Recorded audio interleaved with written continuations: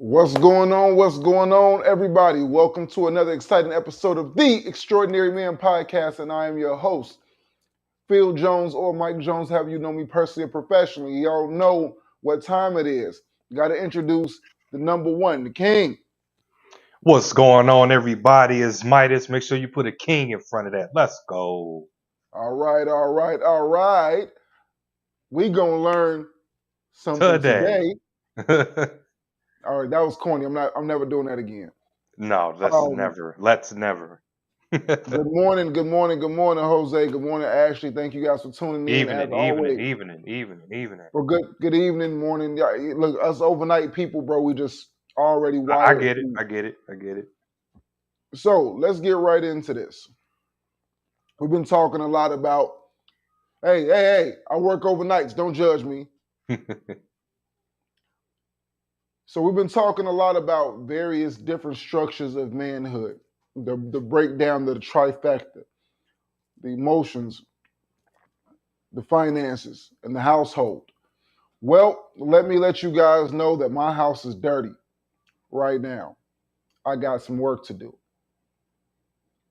So I won't be a hypocrite and I won't be posting any pictures of my living room just yet. But soon, soon. Oh, I Uh, forgot to do that. My bad. yeah, it's quite all right. As far as concerned, we're about to talk a little bit about a thing called investments. Now, by no means is anything that we're discussing here any form of financial advice because we are not fiduciaries. We are not people who are skilled or trained to discuss or give financial advice, I should say. We're However, skilled, but we're not certified. However, what I should say is the fact that we're having a conversation in general about the understanding that there are Mhm. goals and tick marks that you need to hit because you do have to consider things such as retirement. If you have children, you have to think about things such as college. You have to think about private schools, daycares. There's certain things that you have to take into consideration and you have to project them out depending on what your life is to consist of. So, without further ado, Midas, let's go ahead and jump right into topic number one: Let's an get it. investment. What is an investment, my man? An investment is a vehicle that you utilize an excess of funds that you have available that you put into to allow it to grow more money for you or to reap interest for you. So now another way of looking at an investment is that the investment could be something that it brings you more value over time. The Correct. investment isn't necessarily always a financial investment. Sometimes the investment is in purchasing a home. So if I have a primary home, I don't have to worry about my rent fluctuating every year and them using, the market. It may be an influx in property taxes, depending, but that's something that it comes with everything that you own. You're going to pay taxes no matter what you do. But when it comes down to knowing, all right, I walk in, I lock in this interest rate, and I know that the way that my payments are structured, I can plan my life around knowing that I have a 13, 14, $1,500 mortgage every month, plus my homeowner's insurance, whatever have you. You can literally structure your life around. If you want to change careers or change jobs, as long as you know that you can accommodate that payment, you don't have to be worried about whether or not you're recertified next year because you had a drop or a decrease in something. Yeah, I was going to say, let me amend that definition. Let me add time into that. Funds and time. Effort, mm, effort kind of falls under time. Effort is a byproduct of Yeah, yeah. but one thing I can tell you is that for instance, I've been really taking advantage of like Uber Eats and stuff like that. I've been doing that a lot more lately, more so than I have before, because I realized that the the way that the world generally works is that we have a understanding of exchanging time for dollars. Mhm. So the time that I'll spend in Walmart shopping around for God knows what, the time that I'll spend walking around, standing in line at Chipotle or whatever, just so I could grab something to eat, even the time that it'll take to cook a meal. Sometimes, if I'm knee deep in, like, let's say, a homework assignment or planning for one of these shows or doing anything of the sort that we would normally do on a regular basis, sometimes I need to buy my time back. Well, you're earning money for the sake of doing something with it. And the money that I'm earning, I should be able to utilize that in order to do certain things. One of the things about super wealthy people that is pretty commonplace is the fact that they don't have to go and wash their car because they'll pay somebody who washes cars. They're always finding ways to use the money as a convenience to buy their time back.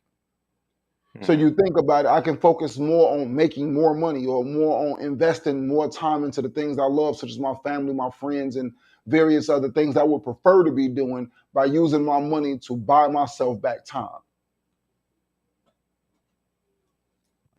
Yeah, I spoke about that before, where I was talking about the whole like cutting grass scenario where I actually hire people to cut my grass. Can I get out there and push them more myself? Absolutely. No problem. But why do that when the 2, 3 hours that it take them to cut my yard, that's 2, 3 hours that I could have used somewhere else to either pick up more work or knock out a job that paid way more than it would have me spending time doing that yard or insert whatever here. But I now opened up 2, 3 hours of time to do something else. Or I simply could just catch up on a Rich Dad Poor Dad book or Unshakable or whatever I want to read. 48 Laws of Power. Yeah, yeah. I mean, you can call it a convenience fee. I don't, but I don't Yeah, know. I mean it's I, pretty I accurate. guess. I mean Yeah, yeah. I it's was. pretty Yeah, accurate. maybe. Yeah, Yeah, I mean when you think about it like this, right? Everything in life is almost out of a la carte. yeah. Pretty much. So when you think about what your life consists of, you think about what I would prefer to be doing on, let's say, a Saturday afternoon when your kids off school and you're off work or you have whatever leisure time. Last thing I want to be doing is thinking about, okay, what mundane chore that I wasn't able to do during the week because I was too tired from work do I want to sit down and bog myself down with now? Hmm. Now, for some people, the experience of, hey, let's take the kids, we all go wash the cars together. That should be a That choice. that's fine. Exactly. Yeah, that's fine That if you should be want a to choice. And bond. the thing about it is that in certain instances, to have other options and to be able to exercise those other options that you would prefer to be doing rather than sitting at a car wash for 4 or 5 hours trying to wash every car that you have in a Hmm. day's time. Like, yeah, it could be fun with the kids or whatever the circumstance may be, or maybe you just enjoy doing it yourself. Well, DIY will only get you so far, especially when there's trained professionals who do it, who can do it quickly, and I can just pay them the money to get it done. A lot of times we forego these things because our ideas are about saving money. Well, you're not saving time. We all have a finite amount of time on this earth, and none of it is predetermined. Say car wash, lazy bums do it in do it in your driveway. That's assuming you have a driveway. Yeah. That's assuming that you have a house with a hose and the buckets, and you can just go out there and do what you need to do. And then on top of it, that's I assuming that mean, you have an industrial vacuum to clean the inside out. I mean, Come on, man.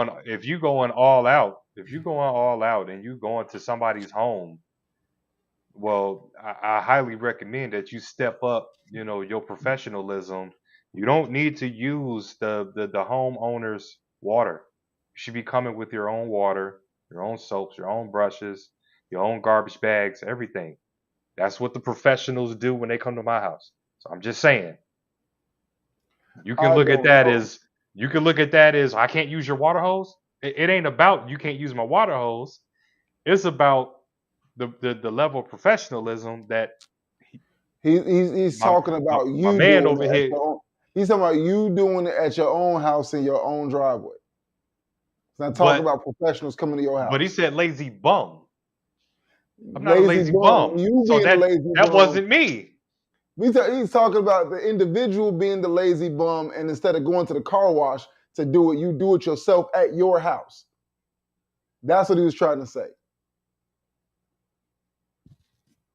Okay. As far as concerned, Okay. as far as concerned, let me tell you something. Uh I will drive my little happy behind right up the street, and I will pay that man and his car wash company $20, $25, whatever the fee is going, and have them step outside that car for 20 minutes to have them wash, wax, and do everything that they need to do to my little jalopy, so I don't 13 have to do it. bucks. Because it would 13 take them bucks. 30 minutes to an hour to do the job. That's 30 minutes to an hour of my time that I get to buy back. Oh no, ain't nobody getting mad. Dude, we having a conversation. All I'm No, saying I is, know that and it wasn't direct. I don't know, we got beef now, cuz.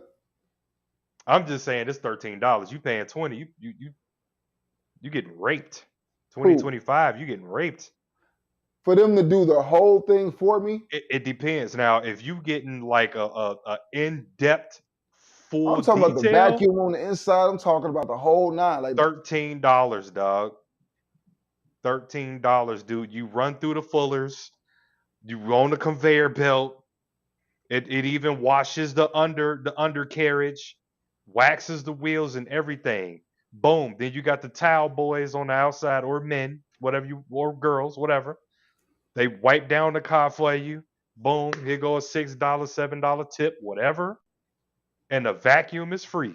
Or they'll do it for you depending on what type of tip you gave them. But so it's again, 13 bucks. so again, I live in Florida. You live in Illinois. Prices and services are not the same universally all over the place. But guess what? I do appreciate knowing I that know, I'm getting I robbed. know. We're not talking about a professional detailer. We're just talking about running through the conveyor belt. But yeah, detailing, professional. Yeah, I'm looking to pay 100 easy, easy, because they finna get all in the trimming and the door jam, and they finna clean out the cigarette ashtray and all that. Like all of that is getting clean.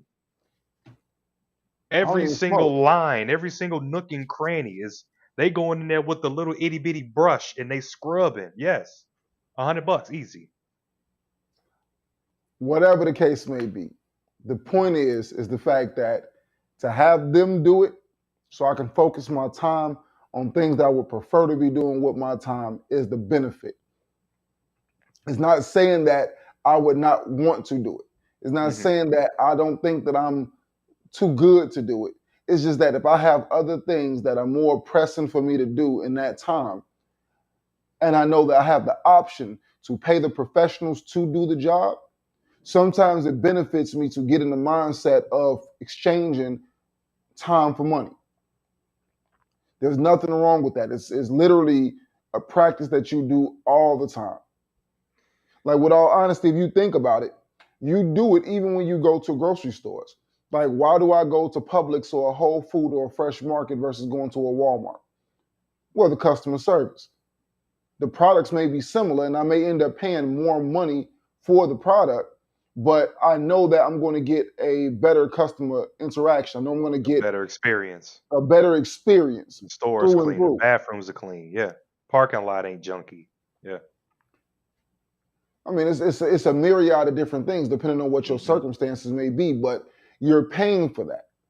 You're paying for them to go the extra mile to train their people to be more customer oriented rather than just stock shelves and run away and scatter like roaches. Hmm. It sucks that that's the way that it is, but at the end of the day, it's like we have to understand that this is just how the business works. Is the fact that you're going to get out of it what you put into. You're going to get what you pay for. So to go to the big mega store has this many employees for this many things. They don't have time to sit back and walk you through every single thing they need to do. If you ever seen what one of these Walmart guys' checklist is that they need to do in a day's time, it's not worth the money that they make, in my opinion. It's not worth it at all. But going forward, as far as Do you investments, have a general idea what they make? I have no clue. I've never worked. well, obviously, as you know, that I've every done state, Kmart, but they're no longer around. yeah, I mean, I every was a state has a kid, you know. difference that they make. Like, for instance, Walmart in upstate New York, they make $18 an hour right out the gate. That's Down here, decent, bro. Down here, Walmart makes like 12, 11. They blame it on cost of living differences, but cost of living now is a lot closer than what it used to be because it's jumped so many times. So let me go ahead and pull up my Google Facts real quick. Like not a lot closer in terms of the being beneficial from the 12 an hour, you mean? What I mean is the fact that because cost of living has gone up so much, Hmm. Oh, it's gone up. cost of living has gone up so much. Does the So twelve it says dollars Walmart's suffice? employees earn an average of 31,618 yearly. Mm. So let me do the mathematics. 31,618. We're going to divide that by 52 weeks. Hmm. We're going to divide that by 80 hours. Hmm. Yeah, you don't even want to know. No, no, no, no, no, no, no, no. That's not right. No, not by 80 hours, bro. No, about 40 hours. I'm sorry, it's 52 weeks Yeah, times yeah. 40. 31,618 divided by 52 divided by 40. So 1520. That's the average. That's the average. That's the mean of what Walmart employees make. But then again, Walmart's full time is 32 hours. It's like 32 hours, and then part time is like 28. Yeah, see, So, and that's what it's getting to, Ashley. You know what I'm saying? Your homie had to work a second job. And I kind of really feel like that's where the industry is really going. To me, I could be a little far fetched in my statement, but I think that what they're doing is, or at least to me, what it seems like, is that they're trying to push people into do nothing but work. You know, you working at this job during the day, and then you working at this job at night trying to make ends meet, and there's no time in between. If you got shorties, ain't no time in between to care for the children. So that leaves them to the vices of the world. So they're I'm trying not to get all like Illuminati and all this BS, but that's what it seemed like to me. So they can, you know what I'm saying, inject their ideologies into the children. You know, that's just me. well, I mean, realistically, let's just be real here, okay? And I'm gonna say this, and it's like there's things that people don't, we don't have, there's no speculation about this. A great deal of the education that you receive in primary and secondary school, you don't need it. Let's just call it what it is. Mm. So there's nothing that me learning about John Adams is going to do to help me become a better factory employee. Basically, yeah. So if I'm going into political science or I'm going into sociology or something where I'm going to have to deal with the people, urban planning, urban renewal, or things like that, yeah, learning about politics and the way things move may be beneficial. But you really don't get to carve out into finding your individual niche until you get into college anyway. Everywhere you Yeah. have this standardized curriculum, to where the standardized curriculum is basically the word standard is like bare bones, bare minimum. So even Right. if you are a top scholar in a school where the bare minimum requirements are this low, that means that you're the top of the bottom. So it's like there's really no getting around it. And then you take pride in being the smartest people in the school that does not really where the bar is low. So now let's take it a step further, right? There are certain things that you get accustomed to doing. You get up, you have to be up at a certain time. You have to be either at the bus stop or in the car at a certain time. You have to be in the class by the time the bell gets there. You have to be in between classes. You have this much time in between tasks to get here, here, and here. Then you have a 30-minute, 25-minute lunch or whatever the situation may be. Then you have to rush and get back to the second half of your classes. And then after that, you go home. Literally, the breakdown of the class structure, maybe the breakdown of your task orientation throughout the day. It's literally a one mundane task after another mundane task after another mundane task until you get to the end of the day, you punch out and you go home. You get accustomed to being either physically or mentally drained after leaving school and going home, and then you experience some sort of burnout after a while, but then you earned your weekend. Like if you ask me, homework is criminal. I think it's absolute unless you're in homeschool, I think homework is criminal. What are you teaching them during the day that they have to take it home? Hi. That part. I honestly have never understood homework. I just don't get it. Like I'm going to take you to I the place never where you have understood all the homework, and I distractions in the still world don't. and you don't have a structured environment to go home and be distracted in the guise that you're going to go back and master the stuff without the tutelage of the teacher to break it down and explain it to you further. Yeah. Somehow that makes sense. Yeah, I don't understand homework, and I don't appreciate that I have homework.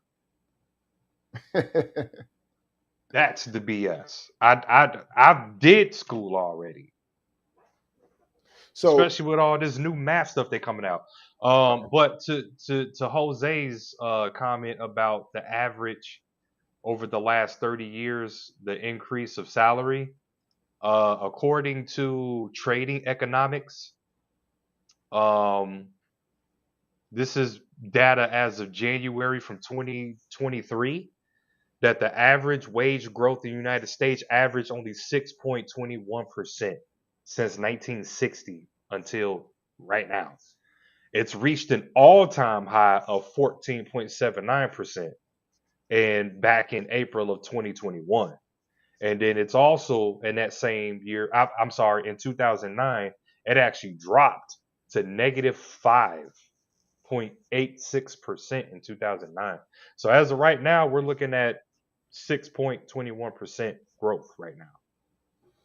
and one of the things that I want to bring up specifically is that there's something to be said, okay?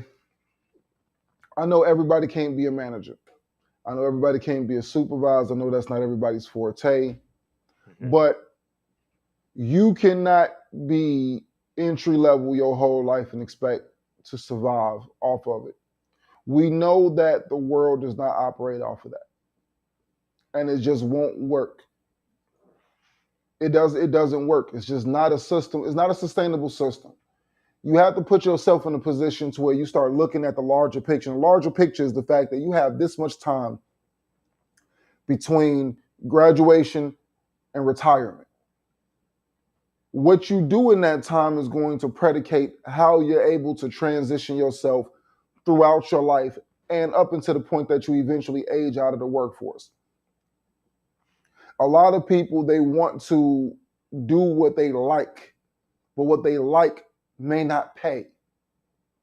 It may not offer some sustainable income to just do what you like.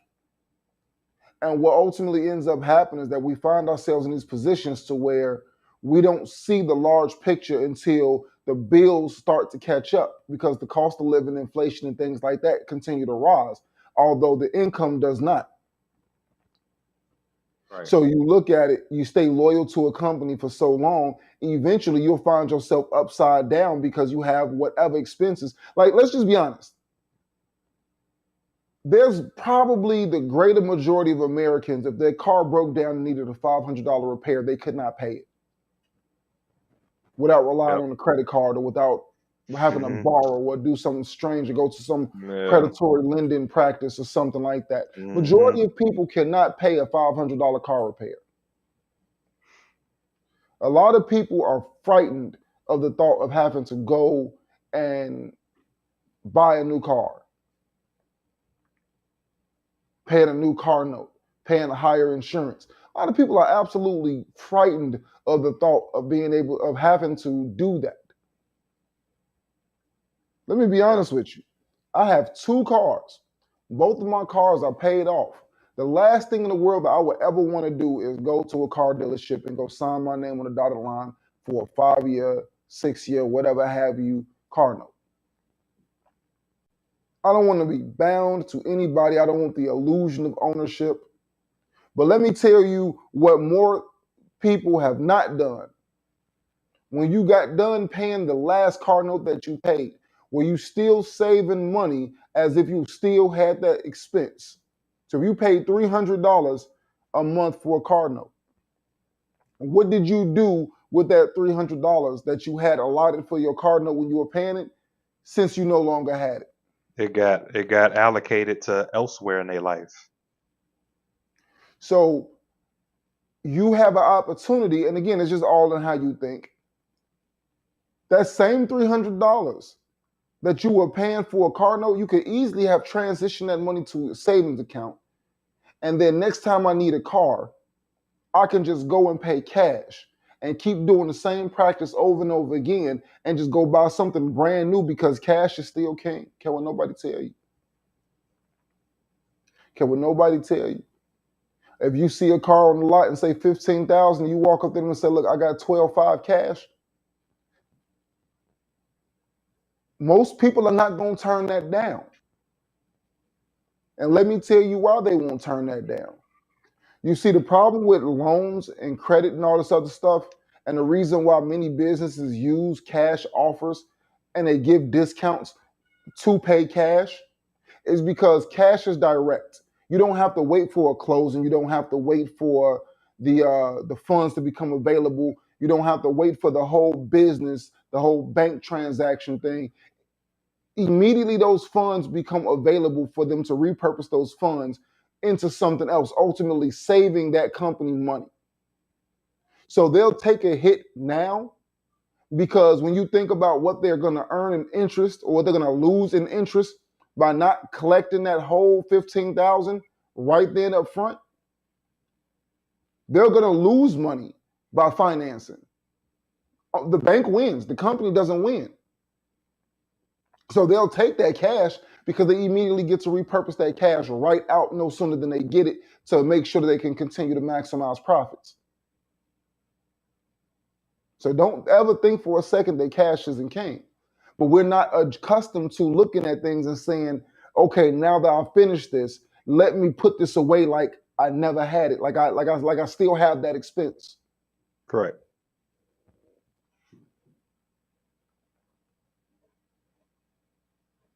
I mean, yeah, that's a real big one, man. It's like they get the relief of not having to pay that, and then I don't know, like it just never clicks or dawns on people that it's still a machine. It's gonna break down. A tire's gonna go flat. Alternator's gonna go. The muffler might get rusted. Depending on where you live, your climate might start eating away at your car. And it's it goes back to our financial intelligence, our financial IQ, man. And this stuff isn't being taught. Well, of course, nobody's going to teach you. Nobody rightfully, and this is one of the things like we talk about internet gurus and stuff like that. Nobody's ever going to really teach you how to compete with them. Nobody's legitimately going to say, hey, let me teach you every step by step thing that I did so that a million of you guys can learn it, so that everybody can take money out of my family's pocket. Like, that's ridiculous. Mentors will do that. People who are foolish will do that. But nobody realistically is going to teach you how to take money from them. No. Hey, let me show you this proven system that I've been using. Most of those guys are selling books and merchandise and seminars and other stuff. They're not selling, they can't actually prove what they're doing works or what they say works. It's just general information they repurposed that they can find online that you could find yourself in Google or on some chat room or some forum elsewhere. They And just then they spice. hide. Yep. And then they hide behind the statement of results may vary. Depends Yeah. on your hustle. Depends on your grind. Depends. Because the thing is that no matter what happens, to keep the illumination themselves, it's all about trying to make it seem like if it didn't work, it must have been something that you did. Because clearly I'm here and you're there. And if you were me, you would have done it. But then again, it's like I've never seen Grant Cardone purchase a crib. I've never seen Robert Kiyosaki do a single of You not cut saying you that cut they off right don't. there for a second. You say what? You cut off for a second when you started talking about Kiyosaki. The Kiyosaki gods is after me. you don't you don't diss the god, I guess. Right? But no, it's like I've never seen any of their business transactions be conducted. Like there's plenty of videos of them discussing what they do, what they did, how this is, and how easy it is for you to do the same thing. But it's very seldom that you actually see any of them actually performing. At least the Shark Tank guys, you get to see them conducting business in real time. You know, at least they make you make it make sense. Like, okay, you up here presenting this. Well, here's something that you need to think about. Your packaging is this way. This is this way. I have a proven track record of being able to move XYZ units or this. You can verify what they say that they do because they've done it. It's publicly verifiable. I know what Kevin Hart did to earn his money. I know what Kevin O'Leary did to earn his money. I can go to a Dallas Mavericks game and I can see what Mark Cuban does to earn his money. Like it's there. But then a lot of people who we take advice from them based off the fact that they raise emotions in us that makes us want to do better. And then they just send you blindly out into the world to go say, hey, take all the energy that you feel right now and go figure it out because I'm not teaching you nothing. I'm not Yeah. doing nothing different than Obama did. I'm just selling you hope, baby. And it's also and based on today's conversation, they use the word investment a lot. They use the word mastermind a lot. Like all these trigger words. Not to say that investment is a trigger word, but the way that they package it. So if you don't know how these gurus work, I'll gladly tell you. So this is how it works. They get you in at a seminar, or a free seminar, webinar, whatever you want to call it, or they may come to your city and it only costs $10 to come see them. And what they do is they already have people in place to let's stick with the webinar, and then I'll talk about the in person. So the webinar, what they do is they'll give you just enough meat to start chewing on, and then it happens every single time. At the end of the video, they're gonna hit you with, but you can buy my course for $5,440 something $1,000,000. But if you buy within the next hour, I'm gonna cut it down to only $47.99. So you mean to tell me this $5,000 ass course, you're gonna give it to me as long as I buy it right now, you're gonna give it to me for $50? You know what I'm saying? And then they get you at the $50. Then they give you a little bit more meat. They don't tell you everything. They're not going to give you all their proprietary secrets, but that the secret is keeping you in loop of buying the next package and the next package and the next package. That is the business. And that's what they're not telling you. That is the business. Oh, well, if you want to learn about this package talks about credit, and that's a $399.99 package, and then we talk about all your credit stuff. Woo woo woo.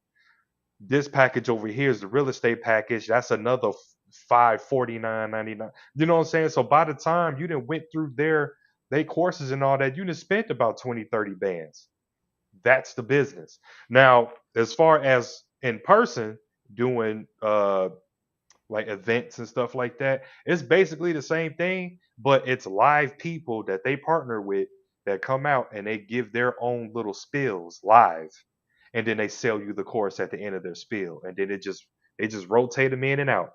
You got Phil Jones, and then Midas is next, and then Marvin is next, and then Ashley is next, and then Jose is next. Like everybody is basically in this room building, everybody's emotions is getting heightened, and everybody thinking that they getting all motivated, but they try to rope you into their program, and that is the business. So I just wanted to put that out there. That's how these gurus work. Well, Yeah, the that's whole, it's basically the video game company, Jose. You know what I'm I saying? A mean, perfect example is Apex. They give you the game for free, but then you got to pay for all the Apex packs. You got to pay to unlock all the characters. You got to pay to get all the skins. You know what I'm saying? Like, it's crazy. I mean, it's like it's literally one of those things to where we're looking at a world to where if you want to be able to take full advantage of everything that the world has to offer, you have to pay for it. There's no way of getting around it. So the thing about it is the fact that there's I complain about it or I figure it out. So in essence, it's like a lot of the things that I think that when we look at investments, we look at investments as, oh, I got to go buy stocks or I got to be invested into this. I have to be invested. Realistically, the investments that you make in this life is just basically to sum it up. What do you spend your money on? What do you spend your money on? If you are trying to, let's say you're trying to advance your education. If I'm trying to spend my money on education, it may take away from my ability to cook. It may take away from my ability to do other things that I would do. So therefore, I need to have an alternative to be able to provide me the additional time needed so I can focus on my studies. Are there alternatives? Current day, there are alternatives. If your car breaks down at one point in time, you were screwed. If you couldn't get a friend to bring you to work, now you could just order an Uber or a Lyft and then get to work. A lot of the excuses for what we were not able to do, we have the ability to do.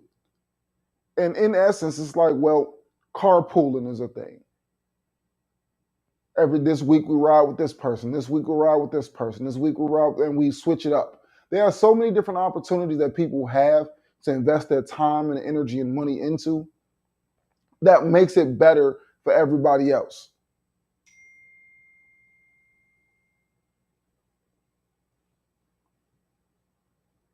So what I can say is that the word investment. I want to look up the actual word investment. If you don't mind, Midas. So I like the word investment. I got you.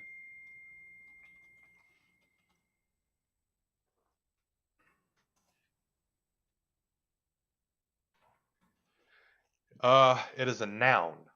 The investing of money or capital in order to gain profitable returns as interest, income, or appreciation in value. Look up the term value.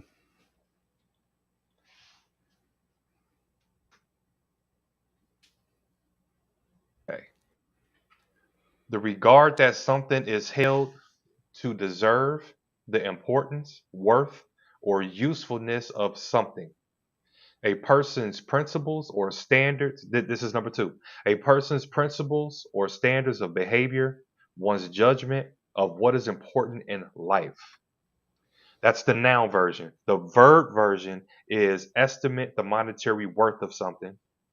And two is to consider someone or something to be important or beneficial, having a high opinion of. So let me ask you guys something. And those who are in the chat, those who are listening, those who are not listening, that will listen at a later date, ask yourself something. When is the last time that you actually negotiated your rate? The last time that you actually negotiated your money, your worth?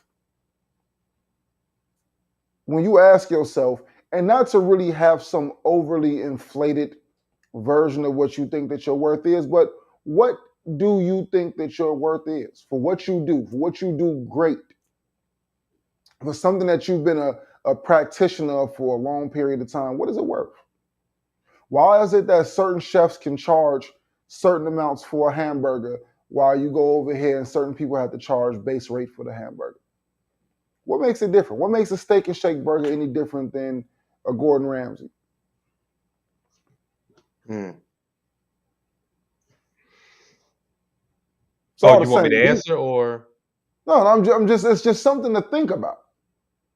It's like sometimes some of these questions just need to marinate in people's heads and let them think about it for themselves. That when you sit there and you think about a skill set versus another skill set, what makes it what it is? So Jose, Fan fan base is part of it, Jose. I mean, that's kind of like a real small part of it, but I think a lot of it is the positioning that Ramsey has put himself in. You know, the way that he promotes his brand and the way that he operates in the kitchen, and you know what I'm saying, like all of this is part of his branding. Like the man is a branding genius when it comes to the kitchen. So that's why he's able to charge 50, 60, $75 for a burger. To think about Salt Bay. Remember with Salt Bay, the dude that takes the salt and he go like this? This man has a $1,200 steak. How is he able to charge $1,200 for a steak? You know, but his branding was impeccable.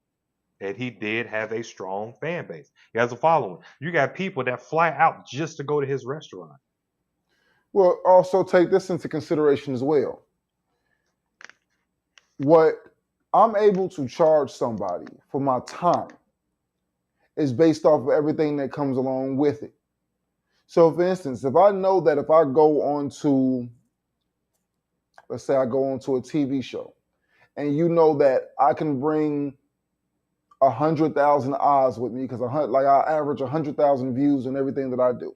So you know the potential of 100,000 eyes are going to see where if I go on to whatever television show that is. I go on a View to go have a conversation about something or whatever.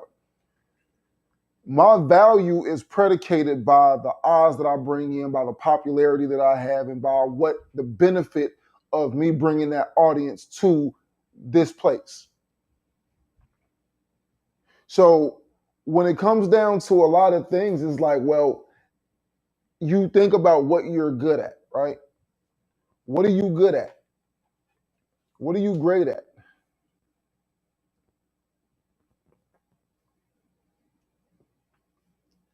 Say, remember the Junko Yeah, jeans phase, I over a remember that. $100 for a pair, but the branding and notoriety was huge. Yeah, you're They were showing fine. your age, but yeah, I remember that. Yeah, whatever. I mean, it's no different than True Religions. It's no different than True Religions with those pants like $300 a pair at one point in time. Now you can find those same pants in Marshalls or Burlington for like Yeah, $39.99. 39.99. Yeah. You know, so at the end of the day, we have to take into consideration the fact that to be able to maintain certain levels of prestige, like what's his name, Jose mentioned, like the difference between when it comes to Levi's and Wranglers. Hmm. Levi's, their prices have been the same forever. Don't go up, don't go down, don't go on sale. It's the same. Yep. They don't change, bro. Levi's is Levi's. When you put a pair Yeah. of Levi's on, you know you're wearing Levi's. It's the And then same formula. same thing with like a Ralph Lauren polo. Yeah, It's gonna be the same. same thing every time that you put it on. It's gonna be the same comfort, a Lacoste shirt, Lacoste sweatshirt. It's gonna be the Hmm. same thing every time that you put it on. It does not change, it does not waver, it does not vary.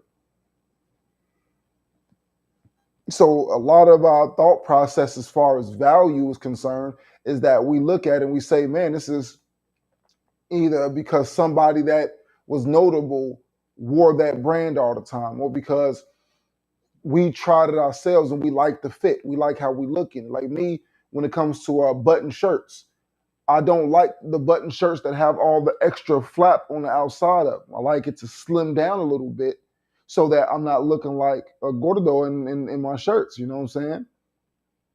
Like I don't want to look like parachute man where the arms fit just fine, but then the outside like it gives me all that baggy fluff on the side of when I tuck my button up in. Hmm. So there are certain clothing brands that they specialize in being able to make tapered fit shirts that fit people with larger torsos. Um, I don't know if that counts, Jose, as far as the Christmas gift, because let's just flip that with going back to the burger. Like there's nothing one of a kind and unique about a burger. So I'm not sure. Like yours is kind of more of personalized versus a burger. it's for everybody that enjoys a burger. Anybody can go get it that eats meat and loves burgers.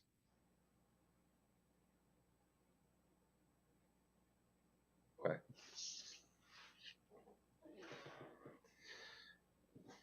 I mean, I really think that in the grand scheme of things, one of the most important attributes of understanding investments is understanding what do you place value in, and how is it going to benefit you for the long haul.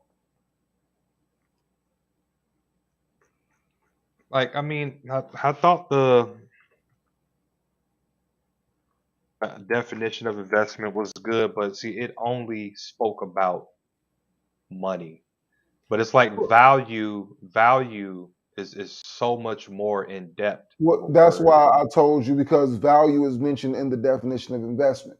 That's why I asked you to break down the term value, because of the fact that to invest in things that have value, value has a wider spectrum of what it is. It's like I can invest in something that has, like, for instance, if I was talking about school, if I'm paying to go to school to earn me more money or to put me in a better position or to get the promotion I'm looking for, there's value in that. But the degree, I didn't pay for the degree, I paid for the education that got me the degree that opened up the door for other things. It's like I can value fine china that ultimately may be worth something down the line, like having some sterling silver Tupperware or something like that. Like, whatever the circumstances may be, a lot of it ties down to how we spend our money. There's no value in a bag of Doritos. So a person's Un- principles or unless standards. you unless you buy stock, unless you buy the Dorito stock, Again, there's then no value in a every bag of time you Doritos. buy, you paying yourself.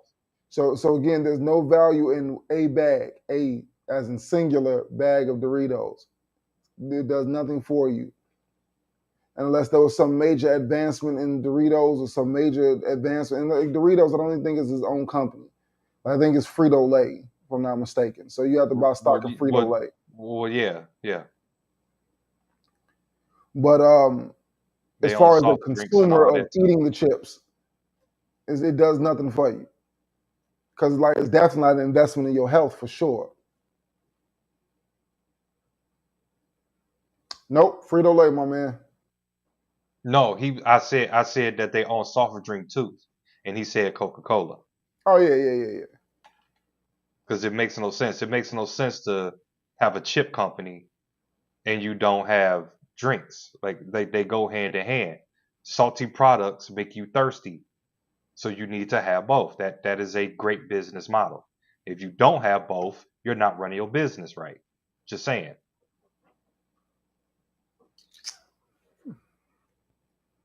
Somehow, I'll challenge that at a later time. Because there might be a little bit of in-depth research that I might have to do before I go deep into that one. However, I'm going to agree with you on that because it does sound feasible. Um, Aside from that, I just want to get some key points as far as investments are concerned. Okay. One of the most essential things that I think that people need to understand about investment is the fact that there's no wrong time to start investing. There's no wrong time to start thinking about savings and thinking about long-term goals and how you intend to get there. I do think that one of the most important things that you can do is adopt a concept called paying yourself first. When you get that paycheck, you should automatically start pulling your savings. Why do I say that? Because of the fact that if you pull your savings and then you pay your bills, you'll reevaluate your bills. If you pay your bills and then save what's left over, then you're going to reevaluate your savings. It works counterintuitively. So literally, if you start looking at it and say that I have this set amount of money that I'm going to put up every week, regardless, no flaw, no error, or every paycheck, however frequency that you get paid, one of the things that you're going to ultimately adopt the behavior of is looking at everything else to say, man, it's going to be kind of tight for me to save this 250 this paycheck. Or what do I need to do? Do I need to work more overtime? Do I need to do more of this? Do I need to do more of that? Or do I need to do less of this? What can I get rid of to make sure that I can save this money? You start thinking in the mindset of Mhm. prioritizing your savings rather than prioritizing your bills. Number two is that Absolutely. don't think about moving out. Think about moving up. My whole thing is that in the current climate, in the current way that things are, I'm working 40 hours.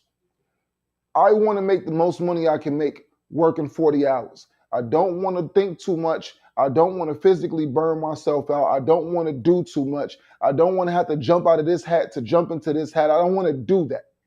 Let me see what is my figure? What is my hit part? Let's just say I want to make $120,000 a year before I finally feel comfortable, so to speak, in my earning potential. Because I mean, let's face it, I make $120,000 a year. I'm in the top 1% of American earners.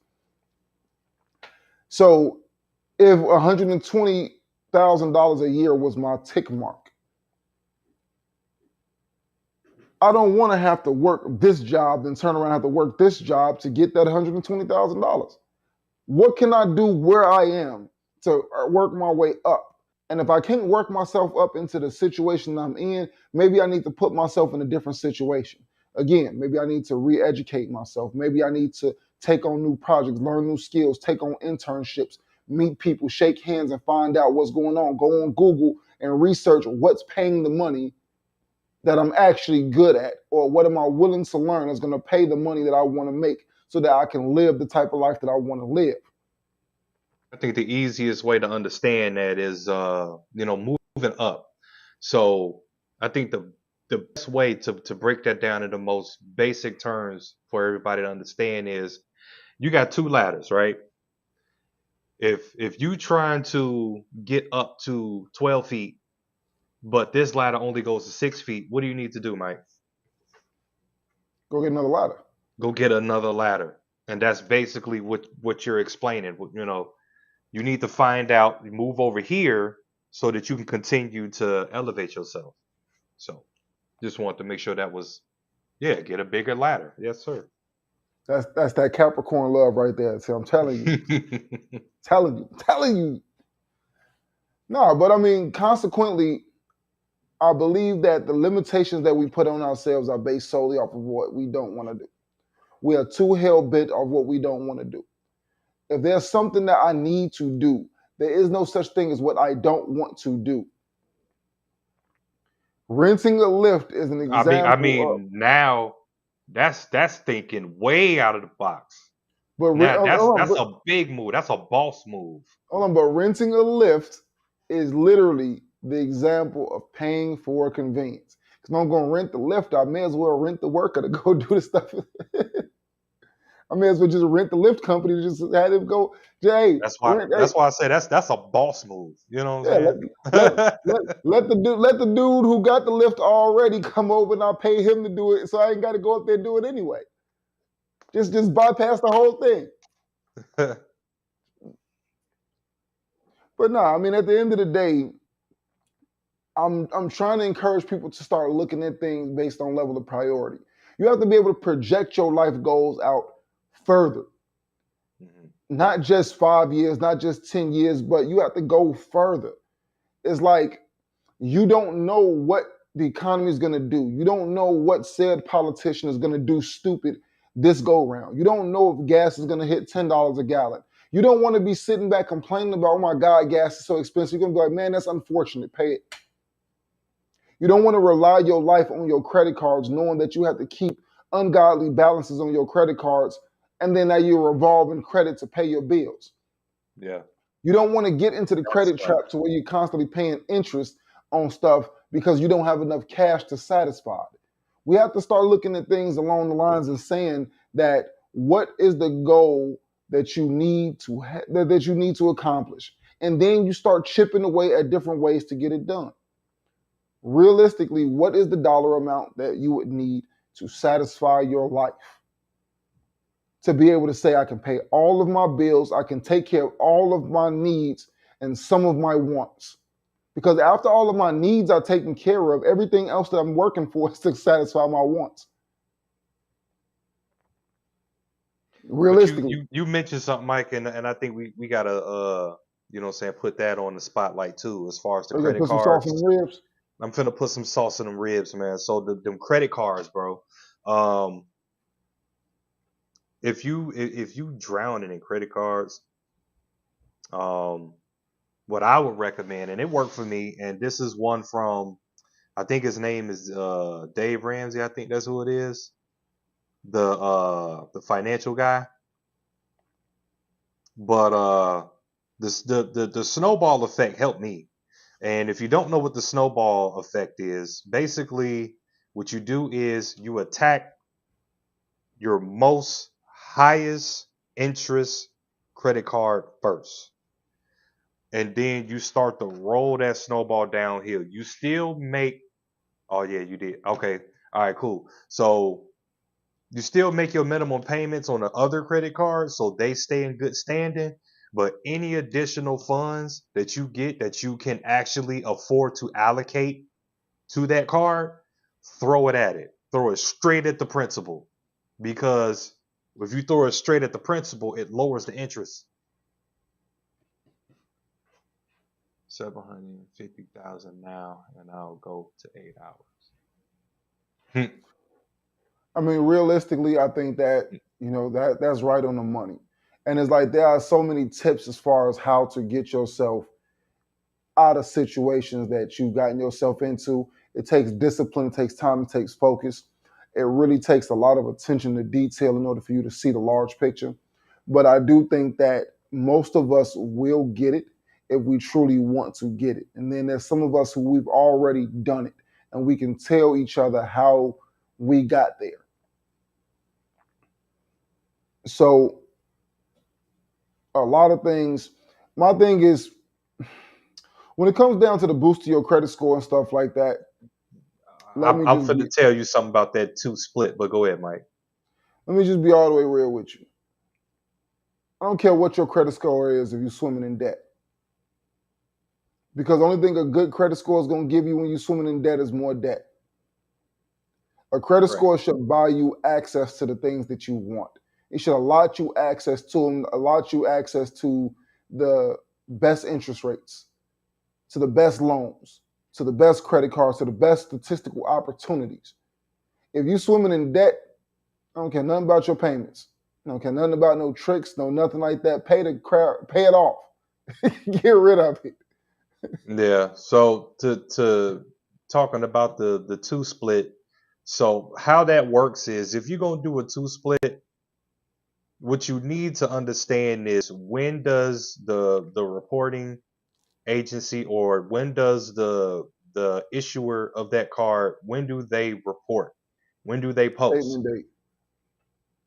Right. So if you making a payment at the beginning and then you making a payment at the end, well, that second balance that you still need to pay got reported. It's not helping you. It's not helping you in any way. I mean, at the end of the day, it's like you got your statement date and you got your You got your due date and your statement date. your due date and your statement date. So you got to know what your statement date is because at the end of the day, that's what they timestamp is whatever's on your statement at that time. Correct. At that That's time. going to show up on your credit report. Your due date is just when they want the payment in because at that point in time, they've already amortized all of the interest. They know exactly what they should be expecting to get from you. Then Correct. also, you got to be able to know too, with credit card companies as well as mortgage companies and car companies, any place that you got an outstanding loan, even if it's revolving debt, you can call and say, I want to pay into my principal. I want to make an additional payment into my principal. Mm-hmm. That's something a lot of people don't really necessarily know that they can do. Because anytime that you pay down your principal amount, they automatically have to recalculate the interest because the interest is based off of the amount of money owed at that time. And whether or not people realize that the interest calculates by the day to equal up to whatever is going to be tacked on at the end of the month. So at the beginning of your statement date, you make your payment and then you turn around and you make a payment against your principal, then guess what? You're going to wipe away a great deal of that interest over a prolonged period of time to where it's like where you might have been paying 10,000, now you chopped yourself down to like 8,500, 9,000 because you've been able to beat them at the game of the interest rate. Yeah, it's all about paying it off sooner. It's all about paying it off sooner. The faster you can pay it off, the more money you save on the back end, for sure. Anyway, guys, we are an hour and 45 seconds into Man, I want to our continue live. talking about this, man. So as you guys know, we got the Saturday morning show. Make sure you guys are live in effect as always. Please tune in. Please tune in. Please tune in to the Extraordinary Men podcast, where we have a consistency of having a woman in the chat, and we definitely appreciate her for everything that she does professionally Yeah. and personally, and keeping Jose in check. Yes, sir. Appreciate y'all. Make sure y'all go over to YouTube to the Extraordinary Men podcast page and like, share, subscribe, and click the bell and let the world know that we are here. Appreciate y'all. So as y'all always know, you guys are always welcome to chime in, tune in. They go the future extraordinary man over there at the bottom screen. Y'all make sure that y'all give the most honorable mention and salute to the youngin. But for What's everything going that is on, worth, nephew? but for every, Nefru? What's going on, Nefru? Got a situation over here under control now. all right, guys, peace. Catch y'all tomorrow morning.